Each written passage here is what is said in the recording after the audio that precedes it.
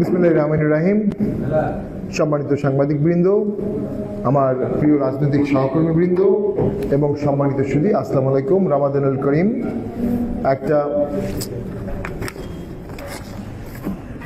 একটা ক্রান্তি লগ্নে আমরা এই সংবাদ সম্মেলন করছি এবং এই সংবাদ সম্মেলনটি অত্যন্ত যুগোপযোগী এবং জাতীয় পার্টির জন্য আমরা মনে করি একটি তথ্য বিশ্লেষণ, একটি আত্মোপলব্ধি এবং জাতির সামনে তুলে ধরা যে আসলে কি প্রেক্ষাপটে আমরা ভোটে গিয়েছি, কি প্রেক্ষাপটে আমরা তফসিল পিরিয়ডে কি কি সমস্যা অনুভব করেছি এবং ভোটের দিন কি হয়েছে, আমরা কতটুকু জানতে পেরেছি, এটি সম্পূর্ণভাবে তুলে ধরার জন্য আজকের এই সংবাদ সম্মেলনটি। আমি আমার বক্তব্যের শুরুতেই ত্রয়োদশ সংসদ নির্বাচনে বিজয়ী বিএনপিকে অভিনন্দন জানাচ্ছি। জনাব তারেক জিয়া, যিনি দীর্ঘদিন নির্বাসিত থাকার পরে উনি প্রধানমন্ত্রী হয়েছেন এবং তার পরিবার অত্যন্ত নির্যাতিত ছিলেন বিগত সময়ে। তার মা বেগম জিয়া 2 বছর জেলে ছিলেন। আমি মনে করি সকল প্রতিহিংসা, রাগ, ক্ষোভ, দুঃখের ঊর্ধ্বে থেকে উনি বাংলাদেশ চালাবেন। বাংলাদেশে এখন ভেন্ডেটাবিহীন রাজনীতি প্রয়োজন, ভেঞ্জেন্সবিহীন রাজনীতি প্রয়োজন, প্রতিহিংসাবিহীন রাজনীতি প্রয়োজন, দেশ গড়ার রাজনীতি প্রয়োজন। ওনার পিতা শহীদ জিয়াউর রহমান বহুদলীয় গণতন্ত্রের মাধ্যমে আওয়ামী লীগ এবং জামাতকে রিভাইভ করেছিলেন। আমরা আশা রাখব জনাব তারেক জিয়াও তার পিতার পদাঙ্ক অনুসরণ করে বহুদলীয় গণতন্ত্রের মাধ্যমে দেশকে চালাবেন। দেশে বহুদলীয় না থাকলে, বহু মত না থাকলে যে কোনো সরকার, যে কোনো দেশ, যে কোনো রাষ্ট্রই আস্তে আস্তে এককেন্দ্রিক হয়ে যায়, আস্তে আস্তে স্বৈরাচারের দিকে ধাবিত হয়। তো আমি ওনাকে অভিনন্দন জানাচ্ছি। পাশাপাশি আমরা বিগত আন্দোলনে সক্রিয়ভাবে অংশগ্রহণ করার পরেও শুধুমাত্র ভোটে অংশগ্রহণ করার কারণে আমাদেরকে বিভিন্ন ট্যাগিং দেওয়া হয়েছিল, দোষর বলা হয়েছিল, আমাদেরকে অপদস্থ করা হয়েছে, অপমান করা হয়েছে রাষ্ট্রীয় পৃষ্ঠপোষকতায় এবং রাষ্ট্রের সক্রিয় অংশগ্রহণে। সেইখানে আমরা বলতে চাই যে আমরা 86 সালে যে ভোট করেছিলাম সেটা বিএনপি অংশগ্রহণ করেনি, সেটা কিন্তু জামাত অংশগ্রহণ করেছিল 86 সালের ভোটে। আবার 88-র ভোটে আসম ফিরোজ সাহেব অংশগ্রহণ করে বিরোধী দলীয় নেতা হয়েছিলেন, সেখানে বিএনপি জামাতকেও, বিএনপি আওয়ামী লীগ কেউ অংশগ্রহণ করেনি। বিএনপি নিজেও 96 সালে 15ই ফেব্রুয়ারিতে একটি সম্পূর্ণ একতরফা ভোট বিএনপি করেছিল। 2006 সালে 1,28,00,000 ভোটার দিয়ে একটা ভ্রান্ত ভোট করার চেষ্টা করা হয়, ইয়াজউদ্দিনকে কেয়ারটেকার গভর্নমেন্টে হেড করা হয়। তো আমরা মনে করি শুধুমাত্র ভোটে অংশগ্রহণের কারণে কেউ স্বৈরাচার বা স্বৈরাচারের দোষর হতে পারে না। জাতীয় পার্টি স্বৈরাচার বা স্বৈরাচারের দোষরের মতো কোনো কাজ করেনি, কিন্তু ভোটের হিসাবকে মাথায় রেখে ভোটটিকে নিয়ন্ত্রণ করার জন্য, ত্রয়োদশ নির্বাচনটিকে নিয়ন্ত্রণ করার জন্যই একটা মাস্টার প্ল্যানের অংশ হিসাবে, একটা ডিজাইনের অংশ হিসাবে, একটা ব্লুপ্রিন্টের অংশ হিসাবে বিগত আন্দোলনের পর থেকেই স্বল্পতম সময়েই আন্দোলনকারী কিছু ছাত্ররা এবং অন্যান্যরা জাতীয় পার্টিকে সাইডলাইন করার চেষ্টা করে এবং সরকারকে হুমকি দেয়, ঐক্যমত্য কমিশনকে হুমকি দেয়, নির্বাচন কমিশনকে হুমকি দেয়। ফলশ্রুতিতে দেখা যায় জাতীয় পার্টির অফিসে 3 বার আগুন দেওয়া হয় এবং সে আগুন দেওয়ার পরে আমরা যখন মামলা করতে যাই সে মামলাটি গ্রহণ করা হয় না এবং কাউকে অ্যারেস্টও করা হয় না। জাতীয় পার্টিকে ঐক্যমত্য কমিশন ডাকে না, ইউনিট গভর্নমেন্ট একবার ডেকে আর কখনোই ডাকেনি এবং নির্বাচন কমিশন, যেটি নিবন্ধিত সকল দলের অভিভাবক, শপথ ভঙ্গ করে নির্বাচন কমিশনও জাতীয় পার্টির সাথে কোনো সংলাপ করে না। এই প্রেক্ষাপটে মিডিয়াও কিছুটা নিয়ন্ত্রণের মধ্যে ছিল। আমরা দেখেছিলাম মিডিয়াতে আমরা যখন টক শোয়ে যেতাম হুমকি দেওয়া হতো, মিডিয়াতে আগুন দিয়ে দেওয়া হবে এবং টক শো থেকে উঠে যাওয়া হবে। মিডিয়াকে চাপের মধ্যে রেখে জাতীয় পার্টির নিউজগুলো যেন ছাপানো না হয় সে প্রক্রিয়াটাও করা হয়েছিল। তাহলে একটি নির্বাচনকালীন সরকার, অন্তর্বর্তী সরকার, যেটি সকল নিবন্ধিত দলের জন্য সমতার সৃষ্টি করবে, ফেয়ারনেস সৃষ্টি করবে, আমরা দেখলাম সেই সরকারটি পিক অ্যান্ড চুজ করে কারো কারোর সাথে বসলো আর কারো কারোর সাথে বসলো না। কাউকে ডাকলো, আপনাকে বসতে বলছে, কাউকে ডাকলো, কাউকে ডাকলো না, কাউকে সম্মান দিল, কাউকে সম্মান দিল না। পুরো জিনিসটি ছিল একটি ম্যাটিকুলাস স্কিম, প্রশাসনকে এবং স্টেক হোল্ডারকে একটা মেসেজ দেয়া, সামনের ভোটে জাতীয় পার্টিকে প্রয়োজনে নাস্তানাবুদ করা হবে এবং সে বিষয়ে প্রশাসনকে একটা মেসেজ দিয়ে প্রশাসনকে তৈরি করা হলো। এই প্রশাসনিক মেসেজের কারণেই আমরা মনে করি আজকের এই বিপর্যয়টা ঘটানো হয়েছে আর্টিফিশিয়ালি, কৃত্রিমভাবে। এবং শুধু তাই না, সরকারি পৃষ্ঠপোষকতায় আমাদের দলে ভাঙনও ঘটানো হয়েছিল। জিএমকেদেরকে বাদ দিয়ে দল গঠন করেন, আমরা আপনাদেরকে সহযোগিতা করব, এমন কথা সরকারি মহল থেকে বলা হয়েছিল বলে আমরা শুনেছি, এবং দলটি একটু ভাঙনের মুখেও পড়েছে। তো আমরা মনে করি ইউনুস ইন্টারিম গভর্নমেন্ট, যারা একটা বিপ্লব আন্দোলন পরবর্তী সময়ে এসেছিল, মুখ্য উদ্দেশ্য ছিল একটি ইলেকশন করা। ইলেকশনের জন্য, ইলেকশন বলতে ফেয়ার ইলেকশনকেই বোঝায়, আনফেয়ার ইলেকশন কোনো ইলেকশন না। সেই ইলেকশনের জন্য লেভেল প্লেইং ফিল্ড তৈরি করা, সমতা তৈরি করা। কিন্তু আমরা দেখলাম সেই সরকার সমতা সৃষ্টি না করে বৈষম্য করলো। বৈষম্য বিরোধী আন্দোলন থেকে যে সরকারের জন্ম হলো, সে সরকার নিজেই বৈষম্য করলো এবং বৈষম্যটা দৃশ্যমান ছিল। সেই অবস্থায় জাতীয় পার্টিকে অনেকে নিবন্ধন বাতিলের দাবি তোলে, অনেকে জাতীয় পার্টিকে ভোট করতে দেয়া হবে না এমন দাবি তোলে, জাতীয় পার্টিকে হাত পা বেঁধে সাঁতার কাটার জন্য নির্বাচনে নিয়ে আসার প্রেক্ষাপট তৈরি হয়। জাতীয় পার্টি কোনো কর্নার থেকে কোনো সাপোর্ট পায় না, কোনো কর্নার থেকে কোনো আইনগত অধিকার রক্ষার কোনো প্রেক্ষাপট ছিল না। তথাপি আমরা গণতন্ত্রের স্বার্থে, দেশের স্বার্থে আমরা নির্বাচনে যাওয়ার সিদ্ধান্ত নেই। 196 জন মনোনয়ন জমা দেন, তার মধ্যে 6 জন নারী ছিলেন। এই 6 জন নারীর মধ্যে একজন খ্রিস্টান নারী ছিলেন, একজন হিন্দু নারী ছিলেন। আমরা একটা ইনক্লুসিভ মেথড ফলো করে 196কে নমিনেশন জমা দেন। খুব দুঃখজনকভাবে আমরা দেখেছি তুচ্ছ কারণে, কারেক্টেবল মিস্টেক ছিল, mistake of not substantial Nature, কিন্তু সেসব মিস্টেকের জন্য ডিসি সাহেব, রিটার্নিং কর্মকর্তা আমাদের 45 জনের নমিনেশন বাতিল করেছে। একই ধরনের মিস্টেকের জন্য অন্য পার্টির কাউকে নমিনেশন বাতিল করেনি। এটাও ডিজাইনের অংশ ছিল যে জাতীয় পার্টির 45 জন প্রার্থী, তার মধ্যে 4-5 জন অত্যন্ত মুখ্য উইনিং ক্যান্ডিডেট ছিলেন, তাদেরকে ভোটের মাঠ থেকে সরিয়ে ঢাকায় এবং সুপ্রিম কোর্টে ব্যস্ত রাখার একটা নীল নকশা ছিল। এবং নির্বাচনের তফসিল পিরিয়ডে প্রায় 10 থেকে 12 দিন আমরা দল গোছানো বাদ দিয়ে, ভোটের কাজ বাদ দিয়ে, ভোটের প্রেক্ষাপট তৈরি করার বক্তব্য না দিয়ে আমাদেরকে প্রার্থিতা বাঁচাতে হয়েছে। এবং পার্সেন্টেজ ওয়াইজও আমাদের হাইয়েস্ট ছিল আমাদের এই প্রার্থিতা বাতিলের। অ্যাপিলেট সুপ্রিম কোর্টে যখন আমরা নির্বাচনে আপিল শুনানি করছিলাম, সেই সময়ও একটা মহল সেখানে নির্বাচন কমিশন ঘেরাও করে এবং জাতীয় পার্টিকে ভোট করতে দেওয়া হবে না এমন একটি দাবি জানায়, এবং আপিল শুনানি বন্ধ রেখে আধা ঘন্টা দেরিতে আপিল শুনানি করে প্রধান নির্বাচন কমিশনার তাদের বক্তব্য শোনেন। আমি নিজে সেখানে উপস্থিত ছিলাম। অর্থাৎ একটি গ্রুপকে ভোট করতে দেওয়া হচ্ছে না, আরেকটি গ্রুপ ভোট আমাদেরকে বাতিল করছে, তাদেরকে অগ্রাধিকার দেওয়া হচ্ছে। এই সমস্ত করে আমাদেরকে একটি বৈষম্যমূলক পরিবেশের মধ্যে আমাদেরকে নিয়ে যাওয়া হয়। এবং আমরা যারা মহাসচিব ছিলাম, আমি মহাসচিব হিসাবে আমি নিজেও নির্বাচনের কৌশলগত কাজগুলো বাদ দিয়ে প্রার্থিতা বাঁচানোর জন্য হাইকোর্ট, সুপ্রিম কোর্ট এবং নির্বাচন কমিশনে ব্যস্ত ছিলাম। এর ফলশ্রুতিতে আমরা কৌশলগতভাবে কিছুটা দুর্বল হয়েছিল। আমাদের 4 জন প্রার্থী জেলে ছিল, এখনো আছে। এর মধ্যে গোলাম কিবরিয়া টিপু, যিনি একজন বীর মুক্তিযোদ্ধা, সাবেক সংসদ সদস্য, ওনাকে প্রথমে একটি মামলায় অ্যারেস্ট করা হলো, পর্যায়ক্রমে 13টি মামলায় অ্যারেস্ট করা হয়। পরবর্তীতে আমরা হাইকোর্ট থেকে ওনার জন্য not to harass in any unknown case একটা ডিরেকশনও নেই। ডিরেকশন নেওয়ার পরে তাকে জামিন দেওয়া হয় না এবং তার 2টি আপিলের বিরুদ্ধে অ্যাপিলেট ডিভিশনে অ্যাপিল করা হয়। অর্থাৎ উনি যেন ভোট করতে না পারেন, উনি যেন ভোটের সময় মুক্ত হতে না পারেন, এটি ছিল মুখ্য উদ্দেশ্য। তাহলে লেভেল প্লেইং ফিল্ড কিভাবে থাকলো? একজন জেলে থেকে ভোট করছেন, তাকে বারবার মামলা দিয়ে আটক করা হচ্ছে, আরেকজন ওপেন ফিল্ড দিয়ে ভোট করছেন। এটা তো সমতা হলো না, এটা তো ফেয়ারনেস হলো না, এবং এটা বৈষম্যমূলক হলো। এবং শুধু তাই না, মনোনয়ন জমা দেওয়ার সময় আমাদের প্রার্থীরা মবের শিকার হয়েছে। যেদিন মনোনয়ন বৈধ হয়েছে, রংপুরে, নওগাঁতে এবং নাটোরে ডিসি অফিসে মব করা হয়েছে, ডিসি অফিসে ডিসি সাহেবের সামনে মব করা হয়েছে, এবং এর মাধ্যমেও একটা মবের আতঙ্কে রাষ্ট্রকে নিয়ে যাওয়া হয়েছে, প্রার্থীদেরকে নিয়ে যাওয়া হয়েছে।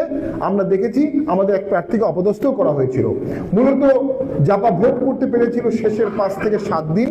এবং উদাহরণ হিসেবে বলতে পারি, আমাদের উইনিং সিট যেগুলো ছিল, তার মধ্যে মানিকগঞ্জে মান্নান সাহেব ছিলেন, সাতক্ষীরাতে আশরাফুজ্জামান সাহেব ছিলেন, কুড়িগ্রাম 1-এ একে মোস্তাফিজুর রহমান 4 বারের এমপি, ঠাকুরগাঁ 3-এ হাফিজউদ্দিন আহমেদ, নীলফামারী সৈয়দপুরে সিদ্দিকুল আলম, গাইবান্ধায় একে আমি ছিলাম দুবারের এমপি, রংপুর সদরে জিএম কাদের, এসহ আরো বেশ কিছু আসন যেখানে আমরা কোনো প্রকার জোট মহাজোট ছাড়াই এককভাবে অনেকবার জয়লাভ করেছি। দেখা গেছে আমাদেরকে সেখানে পরাজিত করা হয়েছে, শুধু পরাজিত করা হয়েছে না, আমাদেরকে তৃতীয় করা হয়েছে এবং দু একটি জায়গায় জামানত বাজেয়াপ্ত করা হয়েছে। এই রেজাল্টটি astonishing, surprising, shocking, it is not reflective, it is not representative. যে জনমত আমাদের আছে, যে অতীত ভোটের ট্র্যাক আমাদের আছে, যে ক্যাম্পেইন আমরা করেছি, আমাদের জনসভায় যে পরিমাণ লোক হয়েছে তার সাথে কোনোভাবেই ভোটের রেজাল্টটা সামঞ্জস্যপূর্ণ না। It is absolutely disproportionate. কেন করা হয়েছে? সরকার বা ইউনিট সরকারের বিরুদ্ধে আমরা তীব্রভাবে সমালোচনা করেছিলাম, জিএম তাদের তীব্রভাবে সমালোচনা করেছিল, আমিও করেছিলাম। অর্থাৎ সেই সরকারের একটি রাগ গ্রাস ছিল যে জাতীয় পার্টিকে ভোটে একটিও আসন যেন সংসদে না দেওয়া হয়। সেজন্য আমাদের প্রতিপক্ষের ভোট বাড়ানো হয়েছে, তার কিছু আলামত আমরা পেয়েছি, এবং আমাদের ভোট কমানো হয়েছে। আমাদের ভোট কমানোর পিছনে দুটো ডিজাইনের অংশ ছিল। একটা ছিল আমাদেরকে তৃতীয় করা হবে, আরটা হচ্ছে যদি কখনো উচ্চকক্ষ হয় আনুপাতিক ভোটে আমরা যেন উচ্চকক্ষ একটি আসন না পাই, সেই জন্য এই ডিজাইনটি করা হয়েছিল। গাইবান্ধা একে আমার আসলে মাত্র 33,000 ভোট আমাকে দেখানো হয়েছে। কেন্দ্রভিত্তিক রেজাল্টে আমরা ঘষা মাজা পেয়েছি, এবং শুধু তাই না, সেখানে একটি সেন্টারে আমি মাত্র 13 ভোট পেয়েছি, যেখানে আমার 2 সেট এজেন্ট ছিল 26 জন। তো 26 জন এজেন্ট, ভোট করেছি 13।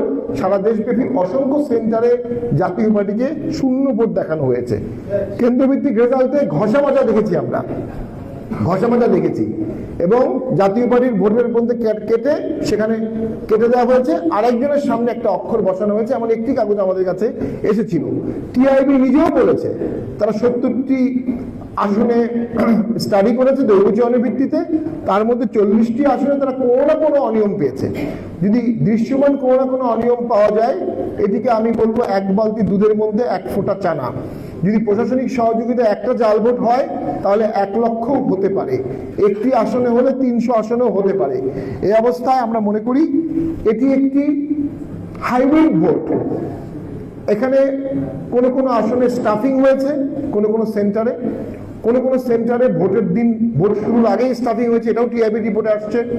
কোনো কোনো সেন্টারে এজেন্টকে বের করে দেওয়া হয়েছে, কোনো কোনো সেন্টারে ইঞ্জিনিয়ারিং হয়েছে, কোনো কোনো সেন্টারে জামাত বিএনপি যৌথভাবে পাল্লা দিয়ে ইঞ্জিনিয়ারিং করেছে। সেখানে 2 প্রার্থীর ভোট দেখবেন আপনার 1.5 লাখের উপরে। কোনো জায়গায় কোনো ইঞ্জিনিয়ারিং হয়নি, সুষ্ঠু ভোট হয়েছে, সেখানে দেখবেন 60-70 হাজার ভোটে এমপি হয়ে গেছে। আবার কোনো কোনো জায়গায় জাতীয় পার্টির আসনে আমাদের প্রতিপক্ষরা 1,20,000, 1,40,000, 1,60,000, 1,80,000 ভোটে এমপি হয়েছে। বিগত 12টি ভোটের সাথে যেটি কোনোভাবেই সামঞ্জস্যপূর্ণ হয়নি। একটি দল যদি 12টি ভোটে সর্বোচ্চ ভোট পেয়ে থাকে 50,000 ভোট, আজকে 13তম ভোটে সে 1.5 লাখ ভোট পেতে পারে না, এটি হতে পারে না। আলাদিনের চেরাক মাধ্যমে এই ভোটগুলোকে বাড়ানো হয়েছে, ইনফ্লুয়েট করা হয়েছে। কোনো কোনো জায়গায় 30% ভোট পেয়ে এমপি হয়েছে, কোনো কোনো জায়গায় 60% ভোট পেয়ে এমপি হয়েছে। পাশাপাশি দুটি আসনের ভোটিং ট্রেন্ডসে দেখা যায় কোথাও ভোট কাস্টিং 40%, কোথাও ভোট কাস্টিং 70%। পাশাপাশি 2 জেলার মধ্যে করলেও দেখা যায় কোথাও ভোট 40% কাস্ট হয়েছে, কোথাও 70% কাস্ট হয়েছে। আমরা মনে করি প্রশাসনিক সহযোগিতায় ভোট কাস্টিং বাড়ানো হয়েছে। এবং এ বিষয়ে ইতিমধ্যে ইউএনডব্লিউ বলেছে ভোট শান্তিপূর্ণ হলেও কাঠামোগত ত্রুটি ছিল। নাহিদ সাহেব বলেছে খলিলুর মন্ত্রী হওয়া উন্মোচিত ইলেকশন নির্বাচন ইঞ্জিনিয়ারিং হয়েছে। This is also a flagrant violation, কারণ যিনি নির্বাচনের সময় মন্ত্রী ছিলেন তিনি নির্বাচনের পরবর্তী সময় গিয়ে আমরা দেখলাম তিনি আবার মন্ত্রী হলেন। অর্থাৎ নির্বাচনে তার একটা অনুচিত প্রভাব ছিল, তিনি বায়াস ছিলেন, এবং তার মন্ত্রী হওয়ার মাধ্যমে নির্বাচনটা কিছুটা কলুষিত হয়েছে। এবং টিআইবি নিজেও বলেছে জাল ভোট, বুথ দখল সহ নির্বাচনের আলামত পেয়েছে টিআইবি। 30টি আসনে জামাত 31টি আসনে পুনর্নির্বাচন চেয়েছিল, পুনঃগণনা চেয়েছিল, এবং শপথ ভায়োলেশনের জন্য বলেছিল। এবং অনেকেই বলেছে নির্বাচনটি তুলনামূলক সুষ্ঠু, গ্রহণযোগ্য ও প্রতিযোগিতামূলক। টিআইবির মতে 21.4% জাল ভোট হয়েছে, তাদের যে দৈবচয়নের 70টি ছিল তার মধ্যে 14.3% ভোটে আগেই সিল হয়েছে। তবে টিআরবি কোনো ইঞ্জিনিয়ারিং বলেনি। যদি জাল ভোট থেকে থাকে, যদি আগেই সিল মারা থাকে, এটাকে ইঞ্জিনিয়ারিং ছাড়া আমরা কি বলবো? এবং এটি প্রশাসনিক সহযোগিতা ছাড়া সম্ভব না। এটি প্রশাসনিক সহযোগিতায় হয়েছে এবং জাতীয় পার্টির আসনগুলোতে বেশি করা হয়েছে, কারণ উদ্দেশ্য ছিল 2 কক্ষ সংসদ হলে 2 কক্ষ থেকেই জাতীয় পার্টিকে যেন সরিয়ে দেওয়া হয়। আমরা অনুভব করি সারা দেশে ভোটিং ট্রেন্ডসে জাপা আসনগুলোতে স্টাফিং হয়েছে, এজেন্টদেরকে বের করে দেওয়া হয়েছে, এজেন্টদের কাছ থেকে পূর্বে স্বাক্ষর নেওয়া হয়েছে, এজেন্টকে ভয়ভীতি প্রলোভন দেখিয়ে সরিয়ে দেওয়া হয়েছে, এজেন্টদের কাছ থেকে আগে স্বাক্ষর নেওয়া হয়েছে, ভোট কেনা হয়েছে, ব্যাপকভাবে ভোটের আগে ভোট কেনা হয়েছে। প্রশাসন এই বিষয়ে কোনো পদক্ষেপ নেয়নি। অনেক সেন্টারে আমাদেরকে শূন্য ভোট দেখানো হয়েছে এবং জাপার ভোট অন্য মার্কায় দিয়ে দেওয়া হয়েছে। এটা সুনির্দিষ্ট একটা অভিযোগ আমাদের কাছে এসেছে। একজন পোলিং এজেন্ট বলেছে তিনি নিজে হাতে নাতে ধরেছিলেন, যখন গণনা হচ্ছিল তখন লাঙলের ভোটটি অন্য একটি মার্কায় দিয়ে দেওয়া হচ্ছিল, তখন সে সেটা প্রতিহত করেছে। একটি জায়গায় প্রতিহত করেছে, অসংখ্য জায়গায় প্রতিহত হয়নি। এবং কাইয়ুম সাহেব ইঞ্জিনিয়ারিং এর কথা বলেছেন, সার্জিস নিজে বলেছে, এমদাদ বর্ষা বিএনপির অল্প ভোটে হেরে যাওয়া প্রার্থী, তার আসনে বাতিল ভোট করা হয়েছে প্রায় 6-7 হাজার এবং বাতিল ভোট দিয়েই ডিফারেন্সটা ক্রিয়েট করা হয়েছে। তিনি ডিসি সাহেবকে অভিশাপ দিয়েছেন যে আমার সন্তান যেভাবে রাস্তায় রাস্তায় ঘুরছে, ডিসি সাহেব আপনার সন্তানও রাস্তায় রাস্তায় ঘুরবে। বাংলাদেশের ইতিহাসে এই প্রথম একটি দল জয়ী হওয়ার পরে সেই দলের পরাজিত প্রার্থী ডিসিকে অভিশাপ দিয়েছে, এটা ইতিহাসে প্রথম। অর্থাৎ এই ভোটের কারচুপি নিয়ে জামাত বলছে, বিএনপির হেরে যাওয়া প্রার্থী বলছে, এনসিপি বলছে, জাতীয় পার্টিও বলছে। এই সামগ্রিক বিচারে ভোটে অবশ্যই কিছু কলুষিত অংশ আছে এবং সবচেয়ে কলুষিত প্রার্থী হচ্ছে গণভোট। গণভোটে 73 লক্ষ বাতিল ভোট হয়েছে। একটি ভোটে 73 লক্ষ বাতিল ভোট কিভাবে হয়? এবং আমরা আমাদের এজেন্টকে জিজ্ঞাসা করেছি, যখন হ্যানা কাউন্ট হয়েছে তখন সেখানে কোনো এজেন্ট থাকতে দেওয়া হয়নি। তাহলে হ্যান এজেন্ট কে, নার এজেন্ট কে, এটা আমরা কি করে বুঝবো? এবং সেখানে প্রিজাইডিং ইচ্ছামতো ভোটটা কাউন্ট করেছে এবং ইচ্ছামতো উনি নাম্বারটা বসিয়েছে, সেখানে কোনো রক্ষা কবচ ছিল বলে আমার মনে হয় না। এবং সার্বিকভাবে ইতিমধ্যে বিএনপি গণপরিষদের শপথ নেননি, যেটি সাংবিধানিকভাবে সঠিক। কারণ আপনি বিয়ের আগে বাচ্চার আকিকা করতে পারেন না। একটি ভোট হচ্ছে, সেই ভোটে একটা সংসদ হবে, সেই সংসদ সার্বভৌম হবে।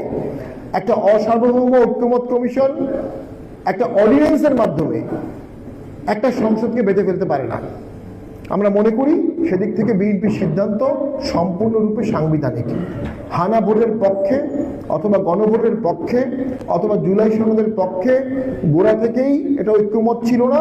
30টি নিবন্ধিত দলকে বাতিল করা হয়েছে। পাশাপাশি বিপুল না ভোটের অংশগ্রহণ প্রমাণ করে যে এই বিষয়ে জনগণের সার্বজনীন সম্মতি নাই।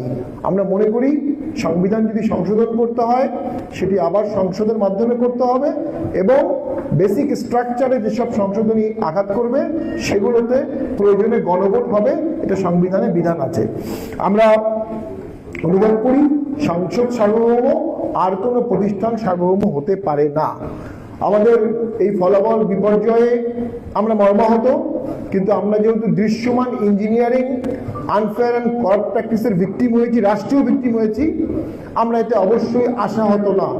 আমরা মনে করি জাতীয় পার্টি ঘুরে দাঁড়াচ্ছে, জাতীয় পার্টি ঘুরে দাঁড়াবে, জাতীয় পার্টি বিপুল শক্তি নিয়ে, সাংগঠনিক দক্ষতা নিয়ে সামনে দাঁড়াবে এবং আস্তে আস্তে আমরা আবার আগের শক্তি ফিরে পাবো। আমরা উদাহরণ হিসেবে বলতে পারি, বিএনপি জামাত 14 থেকে 18 5 বছর সংসদের বাইরে ছিল। 18 সালে বিএনপি মাত্র 5টি আসন পেয়েছিল। আজকে বিএনপি নিরঙ্কুশ সংখ্যাগরিষ্ঠতা পেয়েছে। বিএনপি এবং জামাত মিলে 280টির মতো আসন পেয়েছে আজকের এই ভোটে। সেই প্রেক্ষাপটে আমরা মনে করি রাজনীতি একটি বহমান স্রোত। এই স্রোতে কখনো আমাদেরকে স্রোতের বিপরীতে সাঁতার কাটতে হবে, কখনো স্রোতের পক্ষে। আমরা অবশ্যই এখন একটি প্রতিকূল সময়ে পার করছি, কিন্তু জাতীয় পার্টি একটি গণতান্ত্রিক দল, নিবন্ধিত প্রাচীন গণতান্ত্রিক দল। আমরা ইনশাল্লাহ আমাদের জন্য সুবাতাস আসবে, আমরা সেই প্রতীক্ষায় আছি। পাশাপাশি গত পরশুদিন আমাদের জাতীয় পার্টির কিছু সিনিয়র নেতৃবৃন্দের নেতৃত্বে একটি টিম শহীদ মিনারে শ্রদ্ধা জ্ঞাপন করতে যাওয়ার সময় তীব্রভাবে মবের ভিকটিম হয়। নতুন সরকার এসে মবের বিষয়ে জিরো টলারেন্স রাখবে, এটা আমাদের কাম্য ছিল। প্রশাসনের সামনে আমাদের লোকের কাছ থেকে ফুল ছিঁড়ে নেওয়া হয়, ফুল ভেঙে দেওয়া হয়, ব্যানার মাটিতে ফেলে পদদলিত করা হয়। একটি সভ্য দেশে, একটি স্বাধীন দেশে, একটা গণতান্ত্রিক দেশে এই ধরনের ঘটনা তীব্র তীব্র নিন্দাজনক। যারা এই ঘটনাগুলো করেছে আমরা তাদের দোষী সাব্যস্ত করে দ্রুত গ্রেফতারের দাবি জানাচ্ছি এবং এই সরকারকে সিদ্ধান্ত নিতে হবে তারা মবকে রাখবে নাকি রাষ্ট্রকে রাখবে। ইউনূস সরকার মব এবং রাষ্ট্রের মধ্যে মবকে বেছে নিয়েছিল এবং তারা প্রস্থান করেছে। বর্তমান সরকারকেও সিদ্ধান্ত নিতে হবে তারা মবকে রাখবে নাকি সংবিধানকে রাখবে। আমরা এই বিষয়ে দোষী ব্যক্তিদের তীব্রভাবে শাস্তি কামনা করছি, নিন্দা জ্ঞাপন করছি। ওই শহীদ মিনারটা পল্লীবন্ধু হুসেন মোহাম্মদ এরশাদের করা, ওটা ভগ্নদশা ছিল। উনি ওনার আমলে এটাকে পূর্ণাঙ্গ রূপ দেন। 1987 সালে রাষ্ট্রীয়ভাবে সকল ক্ষেত্রে বাংলা ভাষা প্রচলন করতে হবে, সংসদে আইন পাশ করে পল্লীবন্ধু হুসেন মোহাম্মদ এরশাদ সেই আইন পাশ করেন। আজকে তার দল ফুল দিতে যাবে, তাকে অপদস্থ করা হবে। আমরা মনে করি এখানে ঢাকা বিশ্ববিদ্যালয় কর্তৃপক্ষ সহ সকল আইন শৃঙ্খলা বাহিনীর এই বিষয়ে জবাব দিতে আসা উচিত এবং এই বিষয়ে শাস্তিমূলক ব্যবস্থা গ্রহণ করা উচিত। কারণ an act of injustice will create thousands incident of injustice. যদি আমরা এই একটাকে অ্যালাউ করি এরকম আরো হাজারো ঘটনা ঘটবে। আমরা অনুভব করছি নতুন সরকার নতুন উদ্দীপনা, নতুন প্রেরণা, নতুন চেতনা নিয়ে দেশ চালাতে চাচ্ছে, কিন্তু মবে অভ্যস্ত কিছু রাজনীতিবিদ, মবে অভ্যস্ত কিছু রাজনৈতিক দল তাদের পুরনো মব সংস্কৃতি দিয়ে সরকারকে নিয়ন্ত্রণ করতে চাচ্ছে। আমরা চাই সরকার আইনের অধীনে চলবে, আইনের শাসনে চলবে, সংবিধান মেনে চলবে। মবকে জয় করতে হবে, মবকে দমন করতে হবে, মবকে নির্মূল করতে হবে। আমি মনে করি এই বিষয়টি খুব দৃষ্টান্তমূলক শাস্তি দেওয়া উচিত। আমার বক্তব্য দীর্ঘায়িত করবো না, আপনাদের যদি কোনো প্রশ্ন থাকে আপনারা করতে পারেন।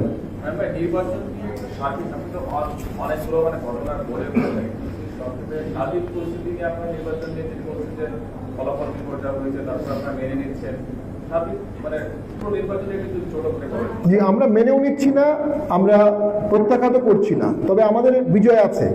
আমরা যে কোনো মূল্যে ইউনূস সরকারের হাত থেকে রক্ষা পেতে চাচ্ছিলাম। আমরা আমাদের নিজস্ব রাজনৈতিক প্রজ্ঞা দিয়ে অনুভব করছিলাম ইউনূস সরকার আর কিছুদিন থাকলে দেশের অর্থনীতি ভেঙে পড়বে, রাজনৈতিক কাঠামো ভেঙে পড়বে। একটা গভর্নমেন্ট প্রয়োজন। A bad government is better than no government. Yunus সরকারের আমাদের সরকার ছিল, এটা কোনো সরকার না। সেই প্রেক্ষাপটে আমরা মনে করি নির্বাচনের পরে একটা ডেমোক্রেটিক ট্রানজিশন হচ্ছে, এটাকে আমরা সাধুবাদ জানাচ্ছি।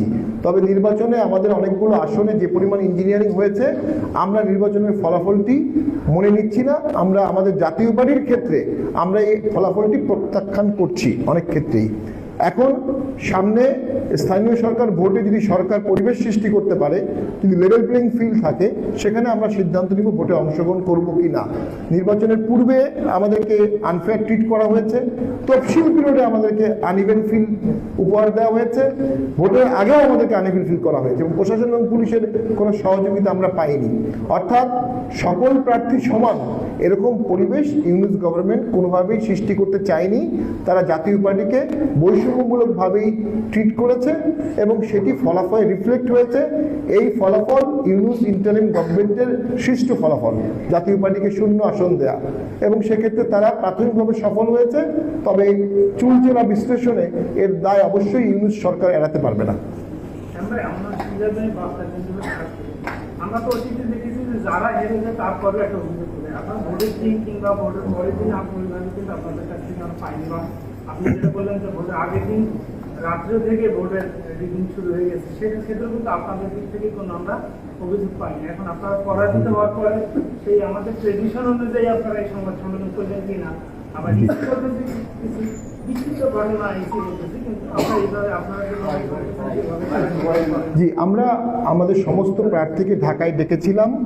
আমরা একটা রুদ্ধদ্বার 5 ঘন্টার বৈঠক করি তাদের সাথে এবং সেখান থেকে তাদের সকলের কাছে আমরা মন্তব্য নেই, সকলের কাছে কিছু এভিডেন্স নেই এবং তার ভিত্তিতে আজকে আমরা বলছি আমরা কার্টা ব্ল্যাঙ্কে বা ওপেন এন্ডেড কোনো মন্তব্য করতে চাইনি। একটা বস্তুনিষ্ঠ সায়েন্টিফিক মন্তব্য করার জন্যই আমরা একটু সময় নিয়েছি। ইসি বলেছে বিচ্ছিন্ন ঘটনা, তফসিল পিরিয়ডে ইলেকশন কমিশনে আমার সামনেই প্রার্থীকে মারা হয়েছে। ইলেকশন কমিশনের ভিতরে তাদেরকে ব্লকেট করা হয়েছে, তখনও ইসি কোনো রোল প্লে করেনি।